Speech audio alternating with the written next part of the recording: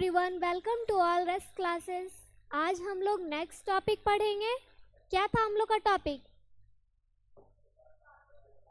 वो तो चैप्टर है ना जी। क्या है वो? पुष्पी पादपों में लैंगिक जनन तो चैप्टर का नेम है ना।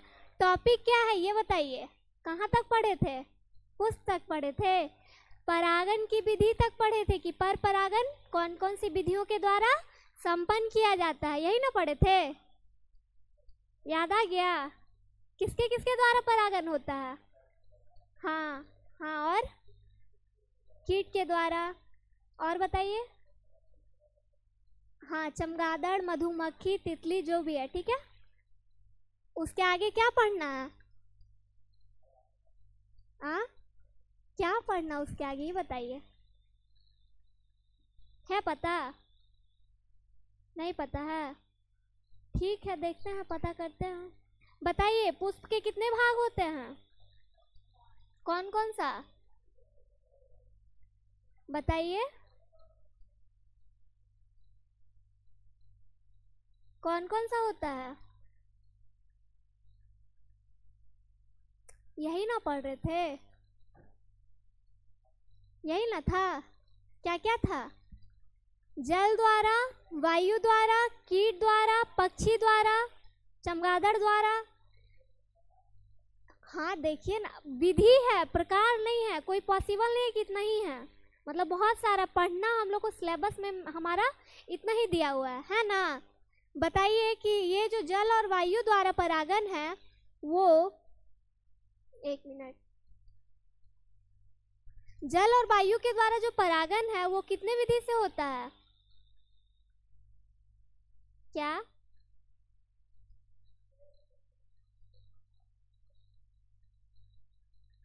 क्या था बताइए, याद कीजिए।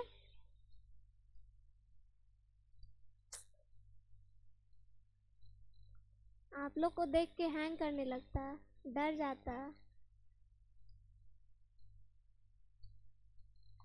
बताइए। एक मिनट रुकिए, इसी तरह से रहने देते हैं, ठीक है। बताइए अब कि जो पर परागन की विधियां हैं वो जल और वायु के द्वारा जब होता है उसको कौन सा विधि बोलते हैं? पहले हम ये बताए थे कि जो पर परागन होता है वो कितने विधि से होता है? दो। एक कौन सा था? अजैविक और, याद आया?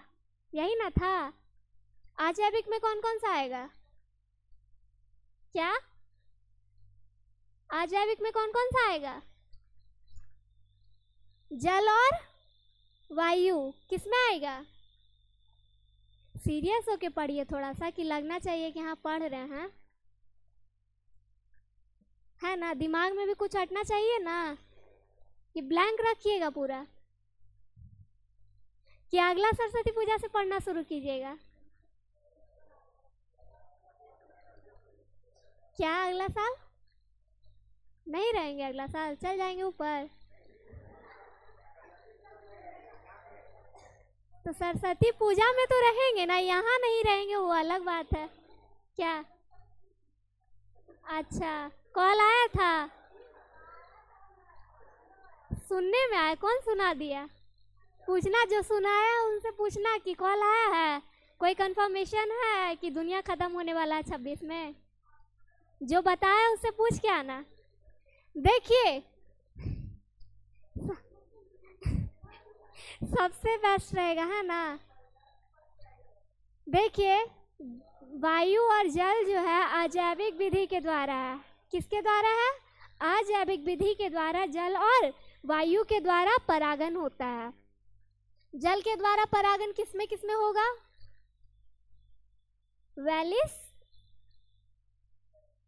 Vallisneria, very good. क्या होगा? वेलिसनेरिया। और एक और क्या था? जोस्टेरा। जल में भी दो था ना, एक अधिजल परागन होता है और एक अधोजल परागन होता है। अधिजल में जो जल के स्तर पे होता है और अधोजल जो जल के भीतर होता है, ठीक है। उसमें क्या था? जोस्टेरा था ना, याद आ रहा है? देखिए, नेक्स्ट कहाँ तक हम लोग पढ़ लिए थे? कीट का भी पढ़ ही लिए थे कि कीट के द्वारा, देखिए इजी, बस ये याद रखिए ना, इसका एग्जाम्पल एग्जाम में आता है, क्वेश्चन में एग्जाम में क्या आता है ऑब्जेक्टिव टाइप में, कि किसके इनमें से, जैसे दे दिया कि मक्का में किस विधि द्वारा परागन होता है, तो किसके द्वारा होगा? वायु के द्वारा। किसके द्वारा? वायु के द्वारा। उसी तरह दे दिया कि वेलिस्नेरिया में इनमें से किस विधि द्वारा परागन होता है, तो इसका ज़्यादा इम्पोर्टेंट है नहीं, लेकिन सिलेबस में है तो पढ़ना तो पड़ेगा ही, कि छोड़ना पड़ेगा, पढ़ना ही पड़ेगा। तो कीट के द्वारा परागन, कि जब परागन की क्रिया कीट द्वारा होती है तो उसे क्या कहते हैं? कीट परागन कहते हैं। जितना भी कीट आ जाएंगे सब क्या हो जाएंगे? कीट द्वारा परागन। मधुमक्खी, तितली। आप लोग को एक चीज पता है कि मधुमक्खी या तितली जो होता है फूल के पास क्यों जाता है?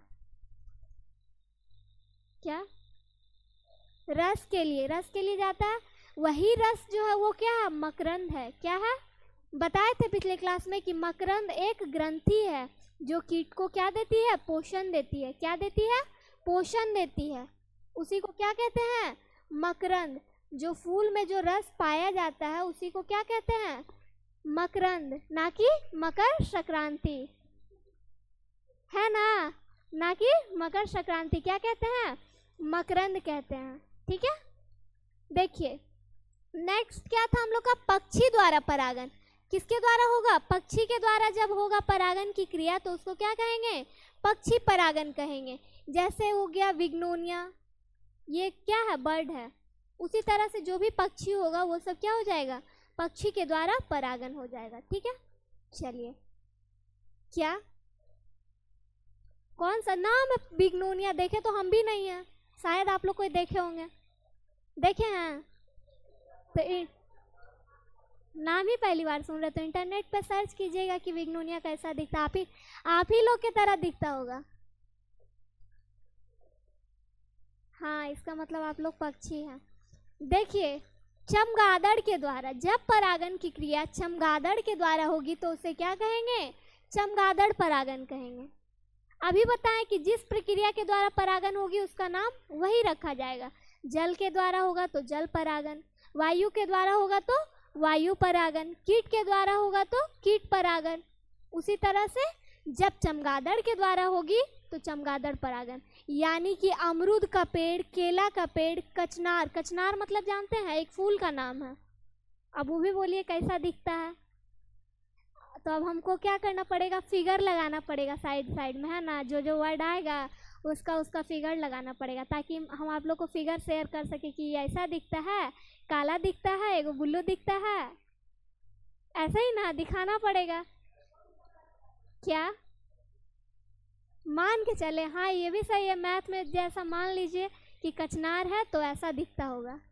कोई नहीं, इंटरनेट पे आप लोग सर्च कर सकते हैं। जिनको जिनको देखना है वो सर्च करके देख लीजिएगा, नहीं तो फिर बोलिएगा तो फिर दिखा देंगे। देखिए अमरूद का पेड़, केला का पेड़, कचनार का पेड़। कचनार एक फूल है, इतना मान लीजिए कि ये क्या है? फ्लावर है। ठीक है, देखिए क्या होता है कि जो वर्तिकाग्र होता है अमरूद का, केला का जो वर्तिकाग्र होता है, चमगादड़ किसी न किसी तरह उड़ते उड़ते वहाँ पहुँच जाते हैं और क्या करते हैं? परागन की क्रिया करते हैं। उसी को क्या बोलेंगे? चमगादड़ द्वारा परागन। नेक्स्ट है पर परागन के लाभ, यानी कि प्रॉफिट ऑफ क्रॉस पॉलिनेशन। क्या होगा? Profit of cross pollination. बताइए, इसमें कुछ बताए थे कि जो स्वपरागन का हानि होगा वही पर परागन का लाभ होगा। बताए थे किसका लाभ किसका हानि? जो स्वपरागन का लाभ होगा वही पर परागन का हानि होगा। कैसे होगा? क्या कैसे होगा? उल्टा। उल्टा तो नाम ही है उसका। कैसे होगा ये बताइए। स्वपरागन का हानि क्या था? विकास करता है उसका पौधा? Yes ma'am. नो मैम, नहीं करता है। क्यों नहीं करेगा? वो खुद व खुद में परागन की क्रिया होगा तो विकास हो पाएगा? नहीं होगा। ठीक है, और पर परागन का वही क्या हो जाएगा? लाभ हो जाएगा। उत्पन्न बीज क्या होंगे? बड़े स्वस्थ होंगे और क्या होंगे? अच्छी नस्ल वाले होते हैं। क्योंकि देखिए ऐसा क्यों होता है अच्छी नस्ल वाला? क्योंकि मेरा मन है पर परागन का है, ठीक है, स्वपरागन तो है नहीं, खुद व खुद से क्रिया तो कर नहीं रहा है।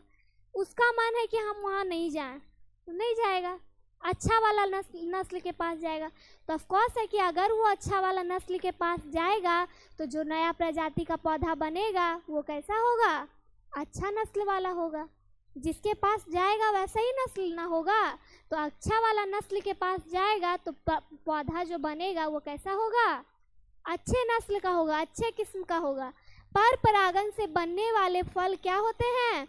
बड़े स्वादिष्ट होते हैं। खाए हैं? खाए तो जरूर होंगे, लेकिन चेक नहीं किए होंगे कि कौन सा परागन हुआ है इसमें, सेल्फ पॉलिनेशन हुआ है कि क्रॉस पॉलिनेशन। ध्यान रखिए, आपसे जब फल खाइएगा तो चेक करके खाइएगा। कैसे करें? वही बता रहे, कैसे करेंगे कि कौन सा हुआ है। तो फल वाला से पूछिएगा कि कौन सा पेड़ से सेब तोड़ के लाए हैं, पेड़ उसको नहीं पता रहेगा तो वो जहाँ लाया होगा वहाँ पहुँच जाइएगा। उसको भी नहीं पता होगा तो उसके आगे सोर्स में जाइएगा। यही घूमते घूमते आप भी पहुँच जाइएगा कहाँ पे? पर परागन के पास पहुँच जाइएगा कि जहाँ पे दुनिया गुजर जाएगा उतना में ही, इतना ही दुनिया है बस।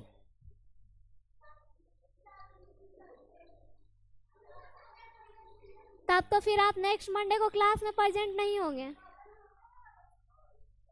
नहीं, उनका बात सुनिए, वो क्या बोल रही हैं, पहले उनका बात सुनिए कि 4 दिन की जिंदगी है, बोली है ना, तब वो अगला सोमवार को क्लास में नहीं आएगी।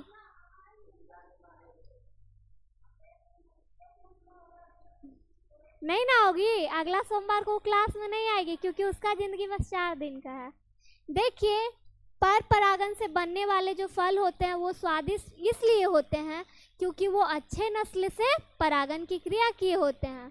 जिनका नस्ल अच्छा होता है वो उनके पास जाके परागन की क्रिया करते हैं, इसीलिए उनका जो स्वाद होता है वो बड़ा ही टेस्टी होता है, डिलीशियस होता है। ठीक है, पर परागन से हानि, यहाँ पे तो बस एक लिखा हुआ है, बट हम बता चुके हैं बहुत सारा कि अपोजिट जो उसका लाभ होगा इसका हानि होगा, उसका जो हानि होगा इसका लाभ होगा। उसका लाभ क्या था?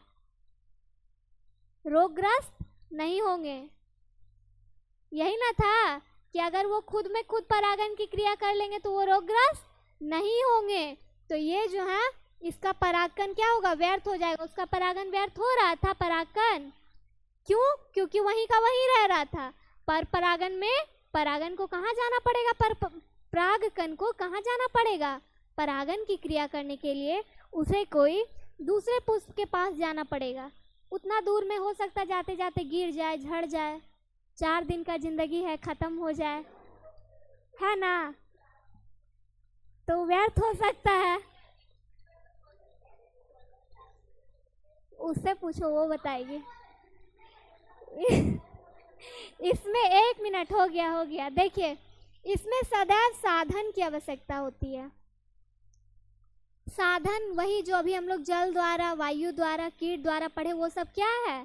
साधन है। यानी पर परागन किसी, अभी पिछले क्लास में बताए थे ना, ऐसा तो नहीं कि by train, by plane, by bus जाएगा ये चल के, नहीं ना, ये किसके द्वारा जाएगा? या तो जल के द्वारा जाएगा, किसी में कीट के द्वारा जाएगा, है ना। इसमें क्या होता है? ये सदैव बिना साधन का पर परागन की क्रिया नहीं हो सकती है। उसमें देखिए, ये इसलिए इसकी हानि है क्योंकि मान लीजिए कि इसमें साधन नहीं है, किसी ना कोई साधन इसमें नहीं है, तो पर परागन की क्रिया होगी? नहीं होगी, यही इसका हानि है। लेकिन अगर वो वाला कौन वाला? वो वाला कौन वाला? स्वपरागन। अगर स्वपरागन में साधन की क्रिया नहीं होती है तो स्वपरागन हो जाएगी क्योंकि उसमें साधन की आवश्यकता नहीं होती है, इसमें साधन की आवश्यकता होती है। ठीक है, यहाँ तक क्लियर है? चलिए, यही था हम लोग का आज का टॉपिक, खत्म करते हैं।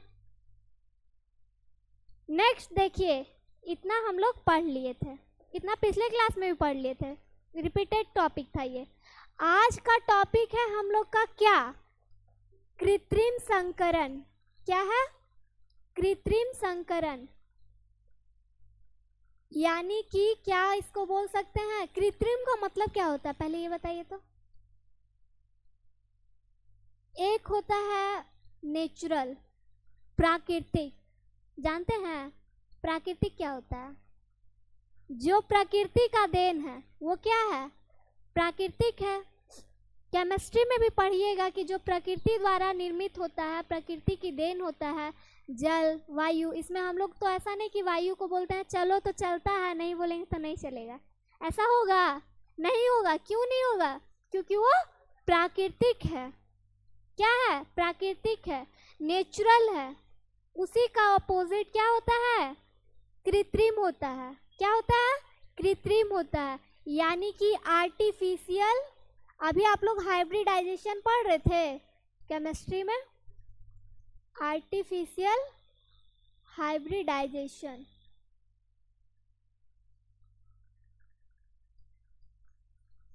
देखिए इसका हिंदी नेम कितना छोटा सा था और इसका इंग्लिश नेम देखिए कितना बड़ा सा है। आर्टिफिशियल हाइब्रिडाइजेशन, यही है ना? अब इसका मतलब होता क्या है बताइए? 4 दिन की चांदनी फिर अंधेरी रात। बताइए। देखिए क्या होता है कृत्रिम संकरण में। एक मान लीजिए कि एक पुष्प है। क्या है? एक पुष्प है। मान लीजिए कि ये पुष्प है। एक पुष्प का नाम बताए थे जो अनुनमिलीय होता है, पोर्चुलाका। मान लीजिए कि वो ये पुष्प नहीं है, वो मान लीजिए कि कोई ये पुष्प है, ठीक है? इसमें क्या, एक पुष्प में क्या क्या पाया जाएगा? स्त्री केसर और पुंकेसर। स्त्री केसर का ही ना तीनों भाग रहता है, वर्तिकाग्र, वर्तिका और अंडाशय। और पुंकेसर का कौन कौन सा रहता है? परागकोश और पुतंतु, यही दोनों रहता है। देख लीजिए, एक बार रिपीट भी कर दे रहे हैं, ये चीज बहुत जरूरी है याद करना। स्त्री केसर का जो भाग होता है वो कौन कौन सा होता है बताइए? फर्स्ट जो होता है ऊपर वाला वो क्या होता है? वर्तिकाग्र होता है। नीचे वाला क्या होता है? वर्तिका होता है। नीचे उसके बाद वाला अंडाशय। इसी तरह से जो क्या बोलते हैं स्त्री केसर, पुंकेसर का होता है, उसमें भी 2 होता है। पुंकेसर भी कितना होता है? 2 होता है। एक होता है परागकोश और एक होता है क्या बताइए? पुतंतु। क्या होता है? पुतंतु। फर्स्ट बेंच बताएंगे कि स्त्री केसर, सॉरी, इनमें से नर जननांग पुष्प का कौन सा है? क्या नहीं, आगे वाला आप ही लोग हैं, नहीं आए हैं तो बताइए। बताइए कि इसमें से जो पुष्प का नर जननांग है कौन सा है? आप लोग बताइए। पुष्प का नर जननांग इनमें से कौन सा है? कौन सा? पुंकेसर। पुंकेसर। परागकोश तो उसका भाग है ना। मेन अगर पूछा जाए कि पुष्प का नर जननांग कौन सा है तो पुंकेसर। पुरुष, पुरुष यानी कि पुंकेसर। याद रखिएगा, अबरी से पूछेंगे फिर, ठीक है ना? स्त्री केसर में क्या हो जाएगा? स्त्री यानी कि क्या है? मादा जननांग है। स्त्री को ही ना मादा बोलते हैं, मादा जननांग है। और पुरुष मतलब पुंकेसर। पु से पुरुष और पु से पुंकेसर, इसी तरह याद रखिएगा। और मतलब भी वही होता है उसका। और स्त्री केसर यानी कि मादा जननांग हो जाएगा, ठीक है? तो मान लीजिए कि ये कोई क्या है? फूल है, ठीक है?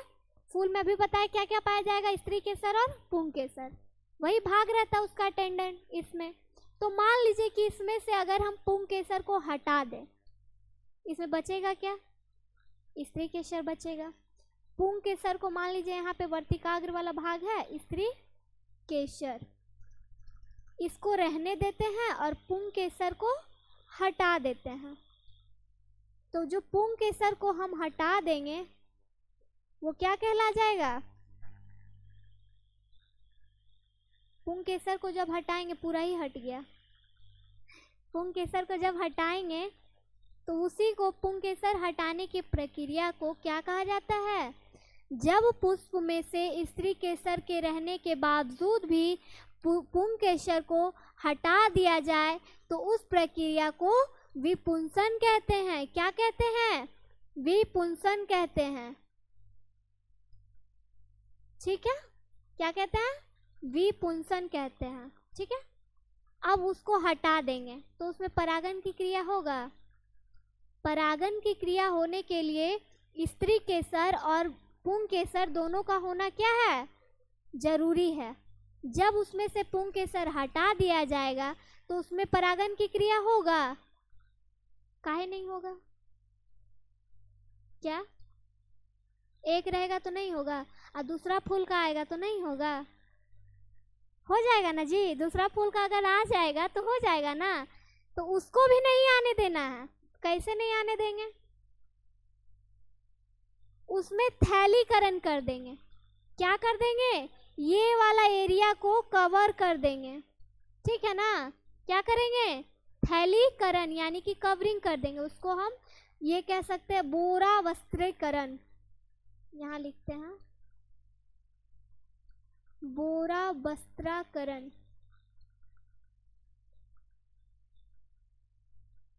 ठीक है, क्या कहेंगे? बोरा वस्त्राकरण यानी कि एक छोटा सा बोरा लेंगे, जितना बड़ा प्लांट है प्लांट के हिसाब से, और उसको पूरा पैक कर देंगे। क्या कर देंगे? पैक कर देंगे। उसी को क्या कहेंगे?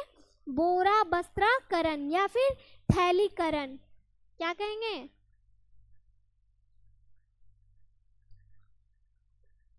इतना हैंग काहे करता है जी? उसी को फिर क्या कहेंगे? थैलीकरण कहेंगे। फूल तो हट गया। ये फूल है, इसमें से स्त्री केसर है, पुंकेसर को हटा दिया गया। पुंकेसर के हटाने की प्रक्रिया को क्या कहेंगे? ध्यान कहाँ है? क्या पूछ रहे हैं? पुंकेसर को जब हटा दिया जाएगा उस प्रक्रिया को क्या कहेंगे? विपुंसन कहेंगे। ठीक है, अब इसमें से इसको क्या करेंगे? परागन ना हो पाए उसके लिए इसका थैलीकरण करेंगे।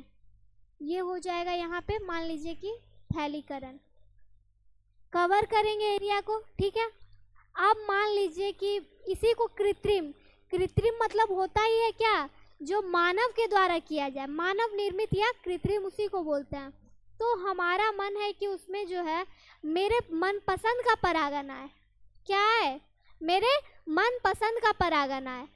मेरा जो इच्छा होगा वही, और अनिच्छा वाला ना आ सके। उसी के लिए ना कवरिंग किए हैं, ताकि वो जब तक हम ना लेके आए दूसरा परागन तब तक के लिए क्या रहे? पैक रहे। परागन लाने के लिए कहाँ जाएंगे? परागन लाने के लिए कहाँ जाएंगे? दिल्ली, मुंबई, कहाँ जाएंगे? पटना। कहाँ चलना है? राजगीर, पटना। दीदी से मिलेगी रे। बांग्लादेश चले? ठीक है, मान लीजिए बांग्लादेश चलते हैं। कहाँ चलते हैं? बांग्लादेश चलते हैं। पैकिंग स्टार्ट करते हैं। ठीक है, बांग्लादेश चलते हैं। By bus, by train, by plane. Plane जाएंगे तब क्या? तो यहीं से कूद जाएंगे ना। तो बाई प्लेन जाएंगे तभी ना आज ही का क्लास में समझा पाएंगे। बाई बस जाएंगे तो फिर अगला सोमवार को आएंगे, मिल लेंगे, है ना। अगर बाई बस जाते हैं तो फिर अगला सोमवार को क्लास में मिलेंगे, तो अगला सोमवार को फिर समझा पाएंगे। तो इसीलिए कहाँ से चलते हैं? बाई प्लेन, फ्री टिकट में, है ना। फ्री जाएंगे। हाँ ठीक है, ठीक है। देखिए अब क्या, तो तुम रिक्स लोगी नहीं, तुम क्या करोगी? साथ में जाओगी तो देखिए, बाई प्लेन छोड़िए, जो भी जैसे भी जाए, मान लीजिए कि बांग्लादेश पहुंच गया। ठीक है, पहुंच गए किसी ना किसी तरह से भटक भटक कर। उसके बाद क्या करेंगे, अपना मन चाहा वहां से परागकण को लेंगे। किसको लेंगे? परागकण को लेंगे। कैसे लेंगे? हाथ से लेंगे, चिमटा द्वारा लेंगे। हाथ से लेंगे तो वहीं रह जाएगा क्या? तो हाथ में रहेगा तो हम क्या पूछे कैसे लेंगे? तो हाथ में चिमटा रहेगा तब ना आएगा, चिमटा नहीं रहेगा तो कहाँ से आएगा? ठीक है, लेके आइएगा। देखिए, चिमटा से परागकण को लेंगे, ठीक है। उसके बाद कहाँ आएंगे वापस? अपने प्यारे प्यारे गांव में आएंगे। बिहार में पढ़ रहे हैं? पढ़ तो रहे हैं बिहारी में ना जी, बिहार के ही ना अंदर है हम लोग का गांव। तो आएंगे, उसके बाद एंट्री करेंगे कहाँ? रेस क्लासेस में। कहाँ करेंगे? क्या? अच्छा, वो सब मान लीजिए, मैथ का स्टूडेंट है तो मान लीजिए ना कि वो सब हो चुका है। डायरेक्ट फिर पहुंच जाते हैं कहाँ? तो पढ़ नहीं रही थी आप? मैथ नहीं पढ़ रही थी? अच्छा, इससे पहले केमिस्ट्री चल रहा था ना, तो ठीक है, मान लीजिए ना, बायो में भी थोड़ा बहुत मानना चाहिए, है ना। 10th में तो मैथ पढ़े होंगे ना जी, अब बोल दीजिए 10th में भी नहीं पढ़े हैं। नहीं पढ़े हैं? ठीक है, आप नहीं मानिए, बाकी लोग को मानने देते हैं। मान लीजिए कि आप समझिएगा, मान लीजिए कि परागकण लेके हम लोग पहुंच चुके हैं, ठीक है। ये तो इतना दिन से क्या था? कवर था, थैलीकरण किया हुआ था। परागकण लेके हम लोग यहाँ पे आ चुके हैं। अब हम लोग क्या करेंगे? परागकण को उसमें से डाल देंगे। क्या करेंगे? डाल देंगे, ठीक है। तो ये जो पुष्प होगा, रेडी जो होगा, क्या होगा?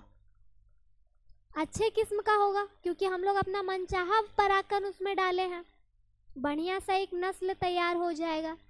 मान लीजिए कि हम लोग के घर में क्या मटर का एक पौधा है, अभी मटर का सीजन चल भी रहा है, मटर का एक पौधा है, उसमें का पुंकेसर, ये जो फूल मान लिए हैं मटर का ही मान लेते हैं। क्या मान लेते हैं? मटर का ही मान लेते हैं, ठीक है। तो मटर का जो पुष्प है उसमें से हम लोग पुंकेसर निकाल दिए थे, और अब जो लाए हैं परागकण को उसमें डालेंगे। तो वो जो है लंबा समय तक, पहले वाला जो था वो मान लीजिए कि बहुत कम टाइम तक रहे, फिर उसका बीज भी जो है बहुत कम दाना उसमें रहे, ठीक है ना।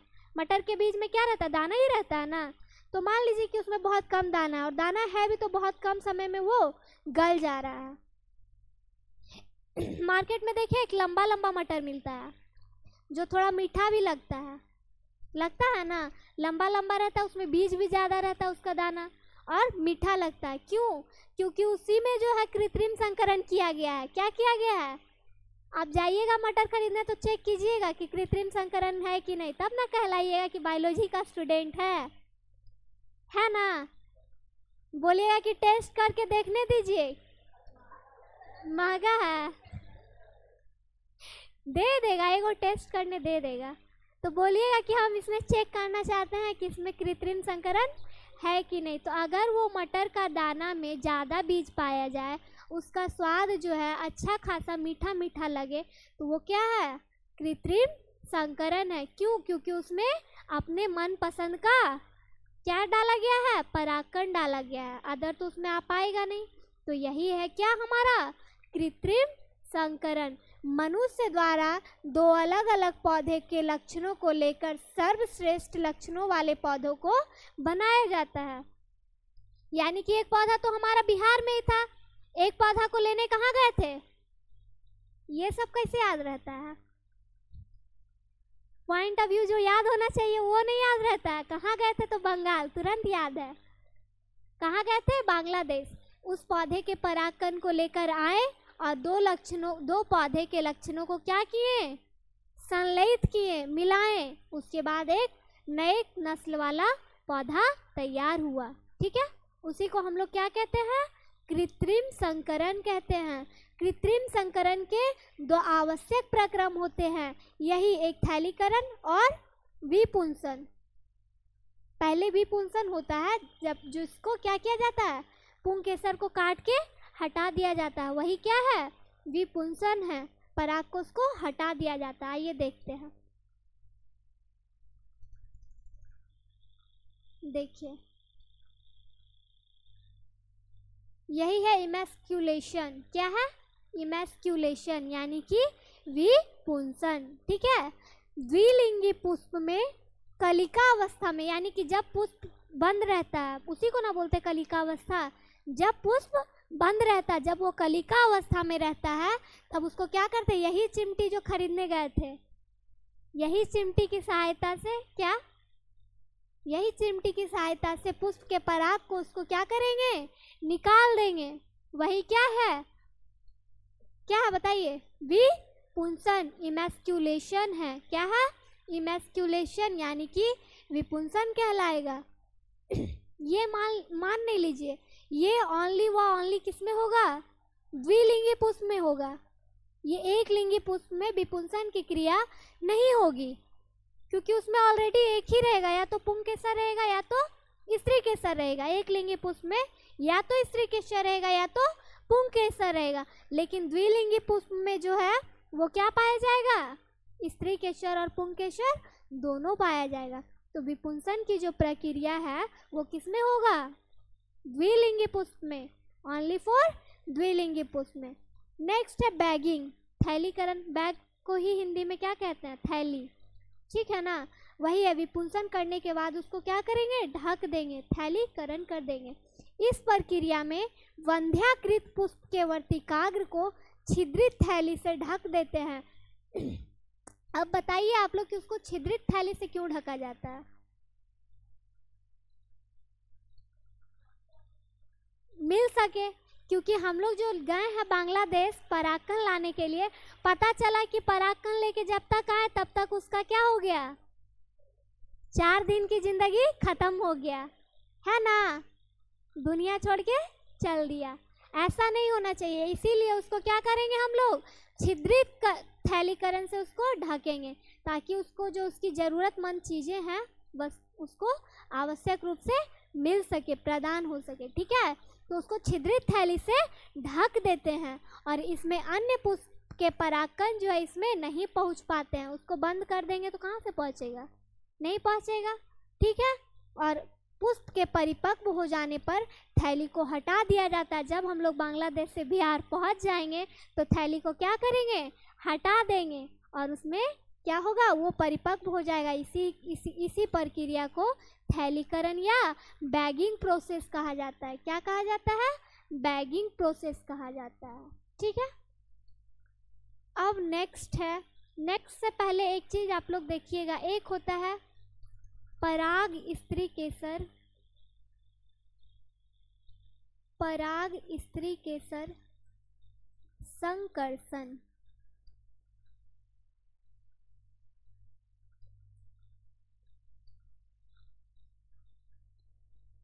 संकर्षण ये एक टॉपिक है जो कि हम लोग के सिलेबस में मान लीजिए कि नहीं है, लेकिन इस टॉपिक को पढ़ के हम लोग को बहुत कुछ समझ में आएगा, है ना।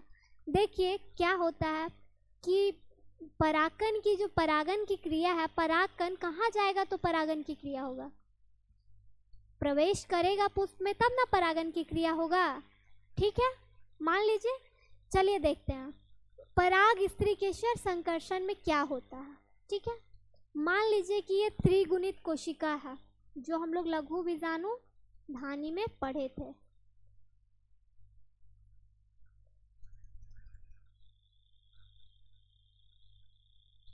पढ़े थे ये वाला? नहीं पढ़े थे? तुरंत एकदम कर देना है, नहीं पढ़े थे?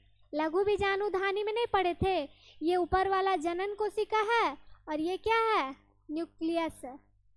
ठीक है ना, तो मान लीजिए कि एक फूल है। ठीक है, एक फूल है, ठीक है ना। उस फूल में, ठीक है, उस फूल में परागकण की क्रिया तभी होगी, परागन की क्रिया, जब उसमें से दूसरा परागकण आएगा।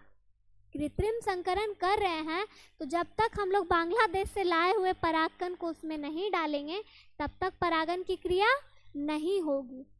ठीक है ना। तो आप देखिए यहाँ पे मान लीजिए परागकण आएगा कैसे, जब तक कहाँ से वो प्रवेश करेगा? परागकण जो है वो कहाँ से प्रवेश करेगा? या तो बीजांड द्वारा प्रवेश करेगा। बीजांड द्वार बताए थे ना, जब बीजांड की संरचना हम लोग पढ़ रहे थे तो पढ़े थे ना कि एक संरचना जो नीचे में खुली हुई द्वार थी उसी को क्या कहते हैं? बीजांड द्वार कहते हैं। तो जो उसका परागकण है, परागकोश है, वो कैसे प्रवेश करेगा? या तो तीन विधि से प्रवेश करेगा, या तो बीजांड द्वारा, बीजांड द्वार के द्वारा, या तो निभागीय द्वार। ऊपर बीजांड द्वार के जो विपरीत साइड में ऊपर वाला साइड था वो क्या था? निभाग था ना। तो वही या तो निभाग प्रवेश करेगा या तो बीजांड द्वार से प्रवेश करेगा। और एक यहाँ पे मिडल में था, वो अभी हम लोग संरचना में पीछे जाएंगे तब दिखाएंगे कि एक अध्यावरण था बीच के पॉइंट में। इसी तरह से था ना जी, यहाँ पे जो संरचना था वो क्या था? अध्यावरण। तो अध्यावरण के द्वारा प्रवेश करेगा, तीन विधि से प्रवेश करेगा। पर वो प्रवेश करेगा कैसे? जब कोई परागकण, मान लीजिए कि हम जो लेके आए हैं बांग्लादेश से, वो मान लीजिए कि लेके आ गए हैं, ठीक है, लेकिन वो पुष्प को कैसे पता चलेगा कि कहाँ पे बीजांड द्वार है? उसकी आँख तो नहीं होती है, उसके पास कोई मैसेंजर तो है नहीं कि उसको मैसेज देगा कि हम आ गए हैं। पता चलेगा उसको? कैसे पता चलेगा? नहीं ना होता उसके पास आँख, कैसे पता चलेगा? देखिए, जब वो आएगा बीजांड द्वार के पास तो बीजांड द्वार में एक भ्रूण कोष पाया जाता है। बताए थे बीजांड द्वार के जो बीच में रहता है यहाँ पे, वो क्या रहता है? भ्रूण कोष, अण्ड कोशिका रहता है। उसी से एक बोरोन नामक तत्व निकलता है। बोरोन का नाम सुने हैं ना, केमिस्ट्री में है ना बोरोन, वही निकलता है। क्या निकलता है? बोरोन नामक तत्व निकलता है, वही निकलता है। तो उसी को बोरोन की जो परागकण आता है दूसरा, जो हम लोग बांग्लादेश से लेके आए हैं परागकण को, उसको बोरोन की आवश्यकता होती है। तो उसको दिख जाता है कि अच्छा यहाँ पे बोरोन निकल रहा है। क्या निकल रहा है?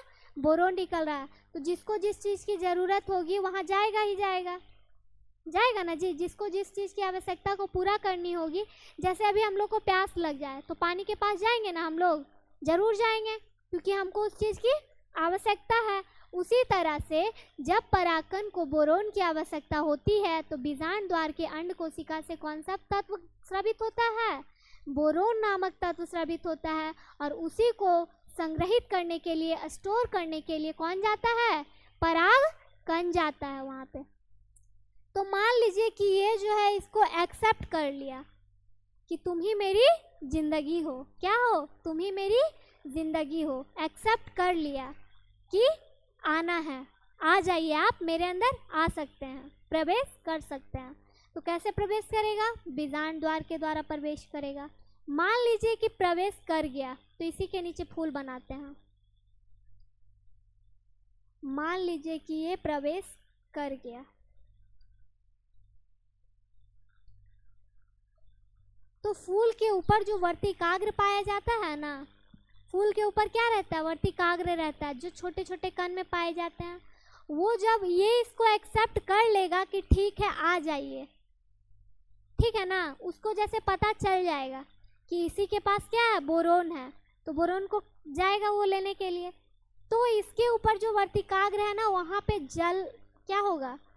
जब उसको परागकण की आवश्यकता होती है तो उसके ऊपर जल निकलने लगता है। मतलब वहाँ पे छू के देखिएगा ना, तो फूल को देखते हैं मॉर्निंग में, अगर उसको टच कीजिए, स्पर्श कीजिए, तो वहाँ पे जल जैसी क्या होगी? संरचना। मान लीजिए छूएगा तो गीला गीला महसूस होगा, ठीक है। तो वही जल जो है यहाँ पे इसको क्या करेगा? मैसेज देगा कि आप अब अंदर आ सकते हैं, ठीक है। तो ये जो है अंदर आएगा, ठीक है ना। मान लीजिए कि ये अंदर आएगा, अंदर आके कहाँ जाएगा? अभी बताया ना कि बीजांड द्वार के द्वारा जाएगा अंदर। या तो ये बीजांड द्वार के द्वारा यहाँ से जाए, या तो यहाँ से जाए अध्यावरण के द्वारा जाए, या तो बीजांड द्वार के विपरीत दिशा कहाँ से जाए? निभागीय प्रवेश के द्वारा जाए। कितने विधि से जाता है? 3 विधि से। या तो बीजांड द्वार प्रवेश, या तो निभागीय प्रवेश, या तो अध्यावरण प्रवेश, ठीक है। प्रवेश कर गया ना। अब क्या हो जाएगा, परागण की विधि संपन्न हो जाएगा। इसी तरह से जो है कृत्रिम संकरण की प्रक्रिया संपन्न होती है। कृत्रिम संकरण जो होती है इसी तरह से होती है कि हम अदर पुष्प के परागकण को, जो मतलब मान लीजिए कि जो मेरा पसंद है ना, अपने पसंद को ही हम सेलेक्ट करेंगे, तो जो मेरा पसंद है उसको हम लेके आएंगे और पुष्प में क्या करवाएंगे, परागण की प्रक्रिया करवाएंगे। तो उसी तरह से जिस तरह से पर परागण की क्रिया में वायु है, जल है, उसी तरह से एक माध्यम क्या होता है, मानव के द्वारा भी करवाया जाता है परागण। किसके द्वारा करवाया जाता है, मानव के द्वारा करवाया जाता है। और वही मानव के द्वारा जो परागण की प्रक्रिया करवाया जाता है उसी को क्या कहते हैं, कृत्रिम संकरण कहते हैं, आर्टिफिशियल हाइब्रिडाइजेशन कहते हैं। ठीक है ना। क्या और पढ़ा दे थोड़ा, स्कूल नहीं ना जाना किन्हीं को, बहाना जाना है। अच्छा ठीक है, एक टॉपिक और पढ़ लेते हैं, छोटा सा एक टॉपिक और पढ़ लेते हैं। नहीं ऐसे गलत नहीं, जिनको स्कूल जाना है तो आपको नहीं जाना है, जो भी, तो टाइम भी तो हो गया होगा ना। निषेचन क्या है, निषेचन यानी कि फर्टिलाइजेशन। निषेचन को क्या बोलते हैं, फर्टिलाइजेशन। तो जब नर युग्मक का मादा युग्मक से संलयन होता है, संलयन का मतलब क्या होता है, मिलन होता है, मिलना होता है। तो जब नर युग्मक का मादा युग्मक से संलयन होता है उसी को क्या कहते हैं, निषेचन कहते हैं, फर्टिलाइजेशन कहते हैं। ठीक है, संयोजन की क्रिया को निषेचन कहते हैं। ठीक है, संलयन या संयोजन दोनों एक ही है। पुष्पी पौधों में आंतरिक निषेचन होता है, बताए थे कि जो पुष्पी पौधे होते हैं यानी कि एंजियोस्पर्म, उसमें क्या होता है, आंतरिक निषेचन होता है, इंटरनल फर्टिलाइजेशन होता है। ठीक है, पराग कणों का निषेचन एवं पराग नलिका का निर्माण, नीचे दिए गए चित्र के नामांकन, बट यहाँ पे चित्र तो है ही नहीं है चित्र आगे है, पहले मतलब इसका नाम पढ़ लेते हैं, है ना। पर है क्या, पहले ये समझिएगा, पराग कणों का निषेचन यानी कि जो परागकण आएगा, जो बांग्लादेश से लेके आए हैं, उसका फर्टिलाइजेशन होगा ना जी। तो निषेचन एवं पराग नलिका का निर्माण, वो मतलब पराग नलिका के माध्यम से निषेचन की क्रिया करेगा। तो कैसे करेगा, pollen grain, pollen tube, embryo sac, stigma, style, ovule, ovary, तब जाके यहाँ पहुँचेगा, है ना। परागकण से पराग नलिका, फिर भ्रूणकोश, फिर वर्तिकाग्र, वर्तिका, बीजांड और अंडाशय, मतलब बारी बारी से आएगा। और कैसे कैसे आएगा ये भी बताएं ना, कि उसके पास आँख नहीं होता है, उसको पता नहीं होता है कि उसको कैसे जाना है। तो कैसे जाएगा, बोरोन नामक तत्व का स्रावित होता है। कहाँ पे, अंड कोशिका जो होता है भ्रूणकोश, वहीं पे बोरोन नामक तत्व का स्रवण होता है, मतलब स्रावित या श्रवण होता है, वहीं पे वो अपने आप को बोरोन लेने के लिए उसके पास जाता है। ठीक है, यहीं तक रहने दें, यहीं तक रहने देते हैं, फिर नेक्स्ट क्लास में आगे बताएंगे। और क्या, कुछ नहीं। देखिए नेक्स्ट क्लास में तो हम लोग पढ़ेंगे ही, बट हम नेक्स्ट क्लास कल ही है ना जी, आज ट्यूसडे है ना, आज कल हम क्या, आज मंगल है, हाँ पता है हमको कि ट्यूसडे का मतलब मंगलवार ही होता है। तो कल हम लोग थोड़ा सा रिवीजन भी करेंगे, इसीलिए आप लोग याद करके आइएगा, जहाँ तक पढ़ा दिए हैं वहाँ तक रिवीजन करके आइएगा, वहाँ तक हम कल सुनेंगे। पीडीएफ डाल देंगे, पीडीएफ है ग्रुप में डाला हुआ, ठीक है ना, तो याद कर लीजिएगा। ठीक है ना, तो नेक्स्ट क्लास में हम लोग पढ़ेंगे नेक्स्ट टॉपिक के बारे में। ठीक है।